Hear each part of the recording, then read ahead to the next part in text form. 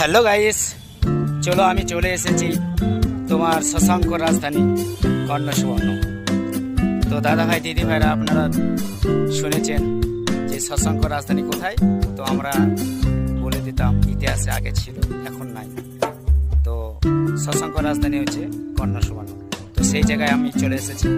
তো জায়গাটা কেমন লাগে, সুন্দর লাগবে না খারাপ লাগবে, আপনারা একটু জানাবেন। আমি আপনাদেরকে ঘুরে ঘুরে দেখাচ্ছি এই সেই জায়গা আগেকার রাজাদের ছিল। তো সেই সব রাজারা আর নেই, তবে এই জায়গাগুলো আছে। এই যে এক দাদা ভাই দিদি ভাই শ্যুট করছে, ভিডিও বানাচ্ছে, এই সেই শশাঙ্ক রাজধানী।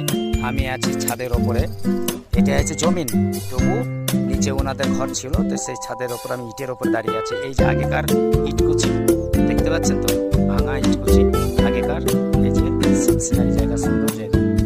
আর এই যে শশাঙ্ক রাজধানী তোমার কর্ণসুবর্ণ, দেখতে পাচ্ছেন দাদা ভাইরা দিদি ভাইরা, খুব সুন্দর জায়গা। হ্যালো গাইস, তো ওই কদিন আগে সাদেক ভাইয়ের ভিডিওতে দেখতে পাচ্ছিলাম।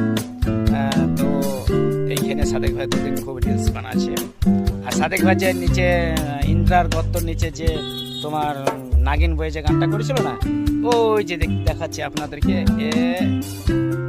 এই যে কুয়োটা দেখতে পাচ্ছেন, এই যে সামনে, ওখানটাও আমি যাব আপনাদের দেখাতে।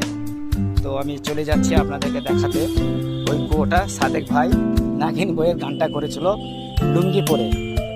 তো আমি আপনাদেরকে দেখাচ্ছি, আপনারা